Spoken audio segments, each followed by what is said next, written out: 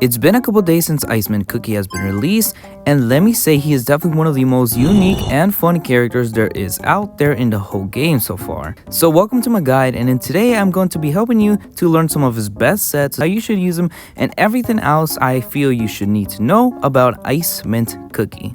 For his passive Snowfield Racer, Iceman Cookie switches between two stances, Rider mode and Runner mode.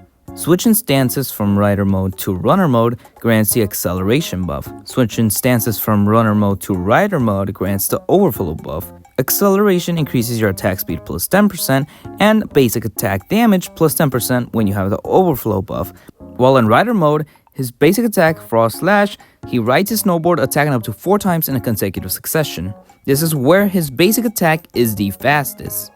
While in Runner mode, his basic attack Frost Slash, now he swings his snowboard attacking up to 3 times in a succession. And for his charge up, stance change, when he switches his stance, if this is used during his final hit of his basic attack combo, the cookie switches stance while unleashing an additional attack. While in Rider mode, his skill Freeze Drive, he quickly charges towards the enemy dealing damage and changing his stance to Runner mode. And while in Runner mode, Freeze Drive, he attacks enemies in front with the snowboard and changes stance to Rider mode. And with his ultimate Freeze Break, he unleashes a powerful ice attack around his area dealing AoE damage. And if you hold down the ultimate button, his ultimate turns into Freeze Vortex. He then rides on his board and you can move around freely anywhere in the map. It is a little wonky to move around with and doesn't deal the most damage, but it lasts longer than his other ultimate. So this ultimate will be alright, but the other ultimate will definitely be better as he will be dealing damage much quicker. For his promotion to Undefeated Snowboarder, the Snowfield Racer effect is increased by 100%, so his passive now increases from 10% to 20% on both buffs. For his promotion for Cool-Headed Contender, the Snowfield Racer buff duration is increased by 50%. For each instance of a Snowfield Racer buff, damage dealt is increased by 5%, which is a total of 10% because he only has 2 buffs from his passive. For his promotion 5, Freeze Warning, the damage of Freeze Break and Freeze Vortex, which is his ultimate, is increased by 50%. After using Freeze Break or Freeze Vortex, both Snowfield Racer buffs are applied, which essentially means you will never run out of your buffs, so you will constantly have the attack speed increase and the basic attack damage increase buff on you 100% of the time as long as you know your rotations. And if you want to know more about that, you can definitely check out this video. I'll link his channel and the video down in the description below. He was definitely a big help, especially when it came to making this video. Without him, this would have definitely been much harder, so thank you very much. Obviously, his best slot artifact is going to be Snowy Slope Speeding, as this is his signature. Direct hits with basic attacks grant a stack of Send It. Direct hits with special skills grant stack of Gnarly Style. Send It increases crit rate by 9% per stack, lasting for 8 seconds, stacking up to 3 times, so a total of 27%. And Gnarly Style increases crit damage by 15% while at max for 15 seconds, stacking up to 3 times, which is a total of 45% of crit damage increase. An amazing artifact, all about crit rate and crit damage, so you know his build is going to be really easy as well. I do think this one is a given for Iceman Cookie, so if you want to pull him and you want to fully invest in him, definitely go for a copy of his artifact, as I think it will definitely be needed for him specifically. But if you don't want to go for it, a really great second option is going to be a Worm and Meal, as you get increased 25% crit rate just from your default effect, which is nearly the same as what his artifact effect procs. And with the unique ability of this artifact, direct hits with attacks grant stack of Piping Hot. Direct hits with special skills grant the flavorful effect. Piping Hot increases elemental damage plus 13% per stack, lasting for 3 seconds, stacking up to 3 times, so a total of 39%. And the flavorful increases crit rate plus 9%, lasting for 15 seconds, so very similar to his signature artifact, but it will not be as effective as you will miss out on a lot of crit damage, though his build will probably be much easier as you already have all the crit rate you probably need. Artistic Flourish is going to be a decent rare, as with every single one of your third direct hit with basic attacks, you deal 80% of additional damage, while also having that extra attack from the default effect, so you'll definitely do okay amounts of damage with this. Warrior's Oath is also similar, as you will increase your elemental damage either 12, 24%, or 36% based on how many of the same element cookies are within your party, and with this game being all about mono elements, you're always going to have that 36% active. The Cradle of Courage and the Lonesome Moonlight is also going to be really useful, as they both have similar effects, just increase your attack and defense, but out of the two, the Cradle of Courage is probably going to be a little bit better. Of course, his best slot weapon is going to be his own unique Chill Ice Snowboard, as he will have extra total damage and attack increase from the substats. The Sturdy Baguette stuff and the Boomerang Candy are definitely going to be useful as you get extra crit rate and crit damage, and depending on how you're going, you're more likely to use Sturdy Baguette staff as you're going to need more crit damage and crit rate, as most of his build is already around crit rate before you even touch his equipments. The Mysterious Wanderer's Garb set and the Time Border Department set is probably going to be his two best slot sets, but it's still hard to say which one. They're both really good and they're nice with consistency, but I think for overall usage, most people are probably going to already have most Mysterious Wonder Garb sets complete. Since Karabi was the only user for the longest time, you probably have a couple lying around. I think the Mysterious Wonder Garb set fits a little bit better more than Time Border Department set, simply because it focuses more on basic attacks, since after every 6 direct hits, he deals 52% of attack as additional damage, and he increases crit rate plus 15% on just the set. Including the substats, he gets extra elemental damage, crit damage, defense, elemental damage, HP, and elemental attack. So I think this is definitely going to be really good, especially when it comes to his substats.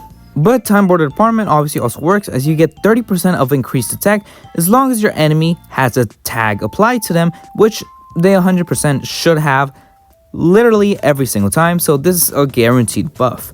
So you get an increase of elemental damage, attack, defense, elemental attack, HP, and elemental damage, which is similar to the Wanderer's Garb set, except you're just missing out on the crit rate and crit damage. The Suspicious Hunter's Garb set increases your attack plus 20% and the basic attack damage plus 15% for 15 seconds after using the special skill. This is a little wonky to use around Ice Mint in my opinion, but if you want to try this over the Wanderer's Garb set or the TBD set, or if it's just because you have extras of this, you're definitely gonna use this as a third best option, since he increases his elemental damage, his basic attack damage, his defense, his crit rate, his HP, and his crit damage. Very similar to Wanderer's Garb, a little more similar than the Time Border Department set, but it's not as great as the Time Border Department or the Wanderer's Garb set. So instead of Suspicious Hunter, I would prefer players to use something like Sea Mermaid's Regalia, as you increase your water damage and your water attack. Also, you just get a lot of elemental increases from the substats. It's a little bit better than the Hunter set in my opinion, since most players are also going to have this at Promotion 5, and most players are already using the Hunter set on cookies like Lemon Zest, Jalapeno, Basil Pesto, and many important units as well. It's one of the most used sets for most units, so I think if you have a Sea Mermaid Promotion 5 lying around there because your Cream Soda's not using it anymore or something, this is definitely going to be the best third option. If you're gonna build Ice Mint with Wanderer's Garb, obviously on his weapon you're gonna have double water elemental attack as per every single cookie does. For the headwear you either want double attack, double crit rate, or double crit damage, but preferably on the headwear always go for double attack. For the bodywear, try and hit that double crit rate, as you will need around 70 crit rate for his build. Specifically on Wanderer's Garb, you will need a little bit more crit rate than usual, simply because Wanderer's Garb doesn't have crit rate on substats, though his artifact will definitely help a little bit with that as you get your free crit rate out of that. Keep that crit rate in mind, you will normally hit around 70% total crit rate. And then for the legwear, of course, just try and go for double crit damage. For Time Border Department, it's gonna be similar to Cream Soda. You're just gonna want a lot of crit rate, so you have enough for your artifact to at least fill you up and try and get around that 100% crit rate. After that, you can just focus on crit damage and attack. Same goes for the Sea Mermaid set, as it doesn't give you any crit rate or crit damage. You're probably gonna want a lot of crit rate on this with some crit damage and attack. Basically, Time Border Department and the Sea Mermaid set, if you could just slap it off your Cream Soda and add it to Ice Mint, that would work just fine. Of course, that's all for today, and it's been really fun playing with him so far. As far as he goes compared to someone like Cream Soda is still used everywhere. I think the only use Ice Mint is going to really have is probably going to be Champions Raid, but we're going to have to need some time for that to come around so we can actually test it out, and possibly just be used in Glass Labyrinth, as he is a Smash Cookie, so he is used mainly for AoE attacks. That is what Smash Cookies mostly specialize in, quick bursts of damage of AoE. So I think his use is definitely there, but when it comes to long lasting damage like Cream Soda, I think Cream Soda is not power crept. Ice Mint is just another pairing next to Cream Soda, so I don't think he power creeps, but he's not weak either. He's definitely strong in his own right. I think he is a must pull if you're someone who cares about team building and needs something like a leaderboarder and like need him specifically for Glass Labyrinth or Champions Raid once that comes out. So unless you're there for the meta and the high tier rewards, you're probably not going to want him then.